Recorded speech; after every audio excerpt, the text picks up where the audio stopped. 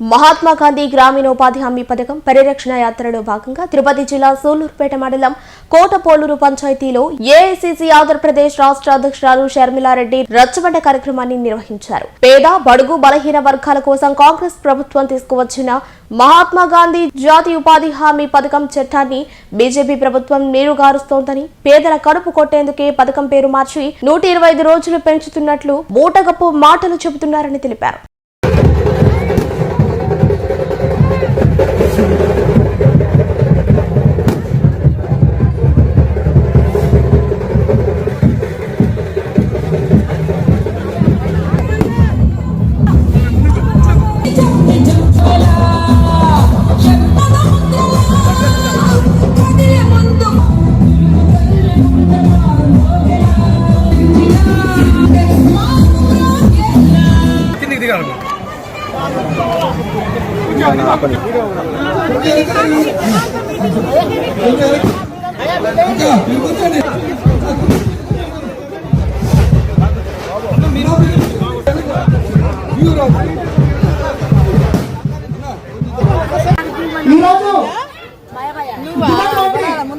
NDA కూటమి ప్రభుత్వం BJP ఉన్నటువంటి చేస్తూ ఎవరు కూడా ఈ యొక్క పథకంలో ఏ రోజుకి కూడా ప్రభుత్వాన్ని, కానీ కాంగ్రెస్ ప్రభుత్వం మాత్రం పేదవాడికి ఇల్లు ఉందా లేదో చూస్తుంది, పేదవాడికి పొలాలు ఉన్నాయో లేదో, పరిస్థితి ఎలా ఉన్నాయో గమనించి ప్రతి ఒక్కటిని కూడా వైఎస్ షర్మిలారెడ్డి గారు, మా యొక్క బీసీసీ అధ్యక్షురాలు అక్క గారు దీన్ని ఎట్టి పరిస్థితుల్లోనూ దీన్ని నిర్వీర్యం కాకుండా ప్రజల పక్షాన పేదవారి పక్షాన దీనికోసం పోరాటం చేయాలని. అది ఎప్పుడు పడుతుందో తెలియదు. 4 నెలలు అయిపోతుంది, 5 నెలలు అయిపోతుంది, అది పడిన రోజులు కూడా ఉంది. వారానికి ఎన్ని రోజులు పోతావు? పని ఉన్నప్పుడు 7 రోజులు పోతాం, మొత్తం పోతావు అని. పోయిన సంవత్సరం లాస్ట్ చేసినప్పుడు లాస్ట్ 4 నెలలు వెంకటమ్మ 100 రోజుల పని హామీని తీసుకొచ్చి మజ్జిగ ఎత్తిమి, నీళ్ళు ఎత్తిమి, కరువు పనులు చేయించి మమ్మల్ని అందరూ దివ్యంగా చూశాడు. పుష్కలంగా బాగా మొన్న లేవలేని బిడ్డ బయట వస్తుంటే అట్ట కింద పడిపోయింది గుట్లకి. ఒక్క రోజు బాగా ఏ ప్రభుత్వం వచ్చినా ఈ రోజు బాగా చేయలేదు. ఎటు పోయేది? ఎవరన్నా బాగా వస్తారు అర్ధరాత్రిలో సరళ వాళ్ళని తీసుకొని బాగుంటామా? ఆన్లైన్ వస్తారు. ఏ ప్రభుత్వంలో మందులు అమ్మొచ్చామా? టౌన్ లో షాపుల్లో పెట్టుకోండి. పల్లెటూరులో మందులు అమ్మి ఎవరైనా వాళ్ళ జీవితం బాగుండదా? ఎవరైనా చూస్తున్నారా? ఎందుకంటే మేడం ఎంత 4 రోజులు పడతాడు, 5 రోజులు పడతాడు, అంతకుంటే 5 ఏళ్ళు పట్టరా? కూలి పనులు పోయి బతుకుతున్నాం. అయ్యా పెంచే సరిపోదు, ఐదు సరిగా డబ్బులు వేయరు. బళ్ళు ఎక్కడ నెల అంటున్నారు. బళ్ళు పక్కనే మందుల షాపులు అమ్ముతున్నారు. ఊరు మొత్తం మందుల షాపులు అమ్ముతున్నారు. బళ్ళు కాడ పిల్లకాయలు చదువుకోలే అమ్ముతున్నారు. చెప్పండి, అడగాలి కదా ప్రజలు ఉండేటప్పుడు. మేము అడిగితే ఎవరైనా మీరు అడుగుతున్నారే, వాళ్ళేం అడుగుతున్నారు, వీళ్ళేం అడుగుతున్నారు అని చెప్తున్నారు. అడగాలి, ప్రభుత్వం ఏం చేయటం లేదు. అది మాత్రం నిజం. చేయటం లేదు, కూటమి ప్రభుత్వం చేయటం లేదు. మీకు రోడ్లు పట్టింది కాంగ్రెస్ హయాంలో పడ్డాయి రోడ్లు. ఆ తర్వాత రోడ్లు దిక్కులేదు అంటే కూడా లిక్కరే ఎక్కువ అమ్ముతున్నారు అంటే, లిక్కర్ మాఫియా చేసుకుంటూ, లిక్కర్ వ్యాపారాలు చేసుకుంటూ రాష్ట్రాన్ని నడుపుతున్నారు అంటే ఎంత దురదృష్టకరం. అన్న ఆలోచన ఎలా? వైసీపీ ఇదే చేసింది, కూటమి సర్కారు ఇదే చేసింది. లిక్కర్ షాపుల గురించి మాట్లాడుతున్నా నేను. ఎక్కడ చూసినా ఉన్నాయి. బడులు గుడులు ఎన్నున్నాయో అంతకంటే ఎక్కువ లిక్కర్ షాపులే ఉన్నాయి. అవునా? మరి ప్రభుత్వాలు ఏం ఆలోచన చేస్తున్నాయి? ప్రజల గురించి, ప్రజల మేలు గురించి ఆలోచన చేస్తున్నాయా? లేకపోతే ప్రజల్ని మత్తులో పెట్టి పరిపాలన చేసుకుందాం, వాళ్ళ పార్టీ వాళ్ళు లూటీ చేసుకుందామని ఆలోచన చేస్తున్నారా? మీ అందరిలో కూడా చైతన్యం రావాలి, మీ అందరిలో కూడా ఆలోచన పుట్టాలి. కాంగ్రెస్ ఉన్నప్పుడు రోడ్లు వేసేసారా? అన్నా ఇదే కాంగ్రెస్ జెండా, ఇదే కాంగ్రెస్ జెండా మీ అందరికీ అందరిచ్చింది. ఒకప్పుడు మీ అందరూ ఓట్లేశారు. అవునా? మీకేమి కాంగ్రెస్ జెండా కొత్తగా ఇదిగోండి హస్తం గుర్తు. పెన్షన్ రావట్లేదా? 3 సంవత్సరాలు అంత ముందు వచ్చిందా? 3 సంవత్సరాల నుంచి అర్జీ పెట్టుకుంటున్నావా? మరి రావట్లేదు. ఇప్పుడు చిన్న పిల్లలు తప్పితే, కొత్తగా ఓట్లు వచ్చిన వాళ్ళు తప్పితే అందరూ ఓట్లేసిన వాళ్ళే. ఏమా మళ్ళీ కాంగ్రెస్ గుర్తు మీద ఓట్లు పడితేనేమి బతుకులు మారుతాయి. మళ్ళీ కాంగ్రెస్ జెండాని ఆదరించాలి, కాంగ్రెస్ పార్టీని ఆదరించాలి. భవనం గుర్తు క్లియర్గా ఉండాలి మేడం. మన పెద్దల కాలం నుంచి అస్తమే ఉంది. ఇప్పుడు అస్తం ఎవరైనా గట్టిగా అవ్వకూడదు కదా మేడం. ఎవరు గట్టిగా అవ్వకూడదు అంత లేదు.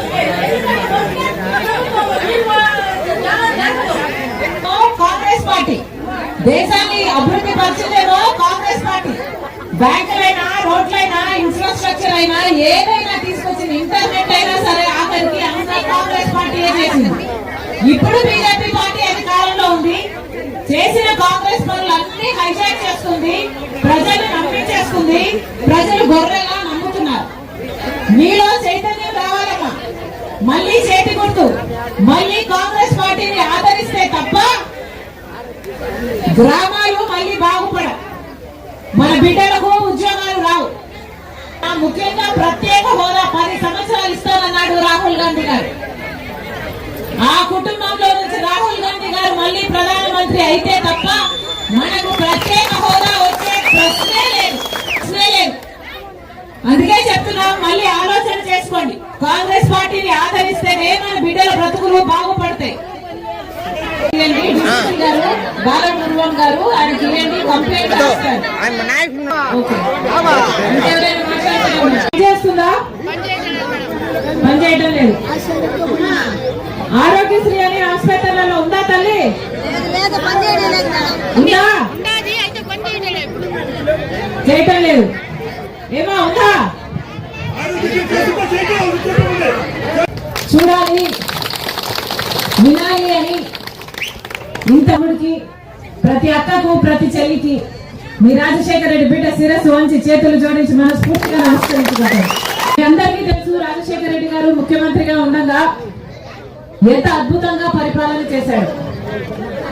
ఉచిత విద్యుత్తో మొదలు పెట్టాడు రాజశేఖర రెడ్డి గారు. రైతులకి ఉచితంగా విద్యుత్ ఇవ్వాలి అని మొదలు పెట్టిన రాజశేఖర రెడ్డి గారు రైతులకి రుణమాఫీ చేశాడు. రైతులకి ఏ కష్టం వచ్చినా ఇన్సూరెన్స్ అయితేనేమి, లేక ఏ మద్దతు ధర అయితేనేమి, లేక గిట్టుబాటు ధర అయితేనేమి, సబ్సిడీలు అయితేనేమి, ఏ కష్టం వచ్చినా రైతుల పక్షాన్ని నిలిచాడు, పేదల పక్షాన కూడా నిలిచాడు. ఆరోగ్యశ్రీ అయితేనేమి, ఫీజు రియంబర్స్మెంట్ అయితేనేమి, ఇందిరమ్మ ఇల్లు అయితేనేమి, లక్షల కొద్ది పేదలకు భూమి పంచడం అయితేనేమి, 108 అయితేనేమి, ఇలా 1 కాదు 2 కాదు ఎన్నో పథకాలను అద్భుతంగా చేసి చూపాడు రాజశేఖర రెడ్డి గారు ముఖ్యమంత్రిగా ఉండగా. ఆ రోజుల్లోనే కాంగ్రెస్ పార్టీ మన్మోహన్ సింగ్ గారు ప్రధానమంత్రిగా ఉన్నారు.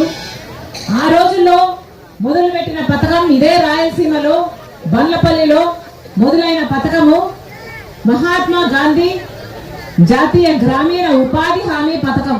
అంటే కరువు పని అంటాం మనం, ఉపాధి పని, కరువు పని అంటాం మనం. ఈ పథకము ఆ రోజుల్లో ఎంత బ్రహ్మాండంగా నడిపారు అంటే, ఆ రోజుల్లో మాకు డైరెక్ట్ గా పేమెంట్ ఇప్పించండి, మధ్యలో కమిషన్లు వద్దు, కమిషన్లు కట్టింగ్లు అవుతున్నాయి అంటే ఒకేసారి రాజశేఖర రెడ్డి గారు 60 లక్షల అకౌంట్లు ఓపెన్ చేపించాడు. రాజశేఖర రెడ్డి గారు 60 లక్షల మందికి ఒకేసారి అకౌంట్లు ఓపెన్ చేయించారు. అదే విధిగా ఎంతో మంది మహిళలు వచ్చి మాకు కూడా మగవారితో సమానంగా వేతనాలు కావాలి, కుటుంబ భారం మా మీద కూడా ఉంది, బిడ్డల భారం మా మీద కూడా ఉంది అంటే రాజశేఖర రెడ్డి గారు ఆడవారు అంత కష్టం చేయలేకపోయినా కూడా సమానంగా వేతనాలు ఇవ్వాలి అని ఒక చట్టం తీసుకొచ్చారు. ఆ తర్వాత ఫేజ్ 2లో ఇదే ఉపాధి హామీ దేశమంతా అమలవుతుంటే ఇక్కడ రాజశేఖర రెడ్డి గారి ప్రభుత్వంలో రూపొందించిన విధి విధానాలే మళ్ళా దేశమంతా కూడా అమలు చేయడం జరిగింది. అలా కాంగ్రెస్ పార్టీ అధికారంలో ఉన్న 10 సంవత్సరాలు ఈ ఉపాధి హామీ పథకం అనేది బ్రహ్మాండంగా జరిగింది.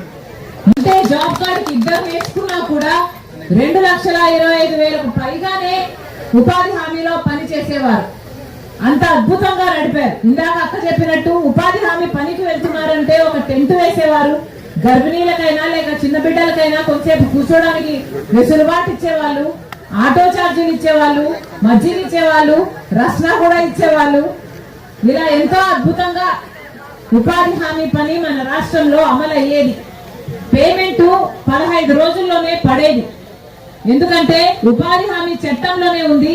ఎవరైనా వెళ్ళి మాకు పని కావాలి అని అడిగితే 15 రోజుల్లో ఆ గ్రామ పెద్దలు పని కల్పించాలి, చేసిన పనికి 15 రోజుల్లో పేమెంట్ కూడా ఇవ్వాలి అని గాంధీ పేరు పెట్టుకున్న ఈ ఉపాధి హామీ పథకాన్ని తీసివేసి బిబిగ్రామ్ అని కొత్త చట్టాన్ని, అంటే బీజేపీ ఉపాధి హామీ అన్నట్టుగా ఒక కొత్త చట్టాన్ని, బీజేపీ చట్టాన్ని తీసుకొస్తాము అని ఇప్పుడు బీజేపీ పార్టీ ఒక కొత్త చట్టాన్ని తేబోతుంది ఇంకొక 6 నెలల్లో. బీజేపీ పార్టీ అసలు ఆర్ఎస్ఎస్ కు సంబంధించిన గాడ్సే మహాత్మా గాంధీని హత్య చేశారు. అలాగే మహాత్మా గాంధీ పేరు పెట్టుకున్న ఈ ఉపాధి హామీ పథకాన్ని బీజేపీ నాయకుడు మోడీ హత్య చేయాలని చూస్తున్నారు. ఇద్దరికి పెద్ద తేడా లేదు, గాడ్సేకి మోడీకి పెద్ద తేడా లేదు. ఇద్దరు మహాత్మా గాంధీ, ఇద్దరు. కాబట్టి మీరందరూ కూడా గుర్తుపెట్టుకోండి, మహాత్మా గాంధీని ఆదరించే పార్టీ కాంగ్రెస్ పార్టీ అయితే మహాత్మా గాంధీ సిద్ధాంతాలను కూలి చేసే పార్టీ బీజేపీ పార్టీ. అలాంటి బీజేపీ పార్టీ ఇప్పుడు అధికారంలో ఉంది. మహాత్మా గాంధీ గ్రామ స్వరాజ్యం కోసం ఎంతో పాటుపడ్డారు. అలాగే ఈ పథకం కూడా గ్రామంలో గ్రామ సభలు పెట్టి గ్రామానికి సంబంధించిన పనులు చేసుకునే వీలుండేటట్టు ఉపాధి హామీ చట్టాన్ని రూపొందించారు. అంటే గ్రామంలో ఒక బావి కావాలా, లేక ఒక రోడ్ వేసుకోవాలా, లేక చేనులో ఏదైనా గట్టేసుకోవాలా, లేక పుడికలు తీయాలా, ఇలాంటివి ఏ పనులున్నా ఆ గ్రామస్తులే నిర్ణయించి గ్రామ సభలో దానికోసం ఉపాధి పని పెట్టి ఉపాధి పని చేయించుకున్నాక వేతనాలు ఇచ్చేవారు. కానీ ఇప్పుడు బీజేపీ పార్టీ తెచ్చిన కొత్త చట్టంలో గ్రామాలకే సంబంధం ఉండదు. అంటే ఈ గ్రామంలో పనులన్నీ ఆగిపోతాయి, గ్రామ అభివృద్ధి జరగదు. బీజేపీ పార్టీ నోటిఫై చేస్తారట ఎక్కడ పని జరగాలి అని, ఏ రాష్ట్రంలో ఎంత పని ఇవ్వాలి, ఏ జిల్లాలో ఎంత పని ఇవ్వాలి, ఏ గ్రామంలో ఇవ్వాలి, లేక ఏ జిల్లాలో ఏ రాష్ట్రంలో ఇవ్వద్దు అని. అంటే వాళ్ళకు నచ్చిన రాష్ట్రాలలో, బీజేపీ అధికారంలో ఉన్న రాష్ట్రాలలో ఎక్కువ పని ఇస్తారు, ఎక్కువ ఫండ్స్ ఇస్తారు, లేకపోతే ఇవ్వరు. అంటే ఇప్పుడు వాళ్ళ దయాదాక్షిణ్యాల మీద ఉపాధి హామీ పథకం పని చేయబోతుంది అన్నమాట.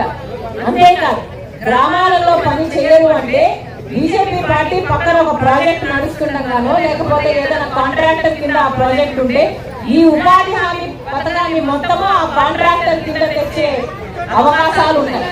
అంటే లేబర్ సప్లై చేయడానికి ఈ గ్రామస్తులంతా వెళ్ళి పని చేయాల్సి ఉంటుంది. ఇది ఎక్కడి పద్ధతి అని అడుగుతున్నాం. బీజేపీ పార్టీ చెప్తున్నది ఉపాధి హామీలో 100 రోజులే ఇచ్చేవాళ్ళు, మేము 125 రోజులు ఇస్తాము అని గొప్పగా చెప్పుకుంటున్నారు. ఇది పచ్చి అబద్ధమని ముందు చెప్తున్నాం. ఎందుకంటే గత సంవత్సరంలో చంద్రబాబు గారు ముఖ్యమంత్రిగా ఉండగా సగటున కేవలం 52 రోజులు మాత్రమే సంవత్సరానికి ఉపాధి హామీ పని కల్పించారు. అంటే 100 రోజులు కూడా ఎక్కడా కల్పించలేదు. కేవలం 52 రోజులు పని ఇచ్చిన వాళ్ళు మీరు 125 రోజులు ఇస్తాము అంటే నమ్మడానికి మీరు పిచ్చివాళ్ళ, మీరు గొర్రెలా, మీరు వెరివాళ్ళ, ఏమన్నా ముమ్మాటికి ఇవ్వరు. 100 రోజులు చట్టంలో ఉంది పని ఇవ్వాలని, కానీ 100 రోజులు కూడా పని ఇవ్వని వాళ్ళు ఇప్పుడు 125 రోజులు ఇస్తాము అని చెప్తున్నారు. ఇది పచ్చి అబద్ధం, పచ్చి మోసం, పచ్చి బూటకం. ఇది ఎవరు కూడా నమ్మకండి. వీళ్ళకి నిజంగానే ఉపాధి హామీ 125 రోజులు చేసే చిత్తశుద్ధి ఉంటే చంద్రబాబు గారు పోయిన సంవత్సరంలో 2025లో 18.5 లక్షల జాబ్ కార్డులు ఎందుకు తొలగిస్తారు? అంటే వీళ్ళందరికీ ఉపాధి చేసుకునే అవకాశమే లేదు. అంటే దాదాపు 35 లక్షల మందికి అసలు ఇంకా ఉపాధి హామీ నుంచి తొలగించేశారు. అంటే వీళ్ళకి నిజంగా చిత్తశుద్ధి ఉందా ఉపాధి హామీ జరగాలి అని? అంతేకాదు మహాత్మా గాంధీ ఉపాధి హామీ పథకంలో కేవలం ఒక 6 గంటలో 7 గంటలో పని చేసేవారు, అవునా? ఇప్పుడు బీజేపీ తెచ్చే కొత్త చట్టంలో 12 గంటలు పని చేయాలట. 12 గంటలు మండు ఎండలో పని చేయాలి అంటే ఆడవారికి చేతనవుతుందా? అసలు మగవాళ్ళకైనా చేతనవుతుందా? ఎవరికి చేత కాదు. ముఖ్యమైన తేడా ఏమిటంటే మహాత్మా గాంధీ ఉపాధి హామీ చట్టంలో పూర్తిగా నిధులు కేంద్ర ప్రభుత్వమే ఇచ్చేది.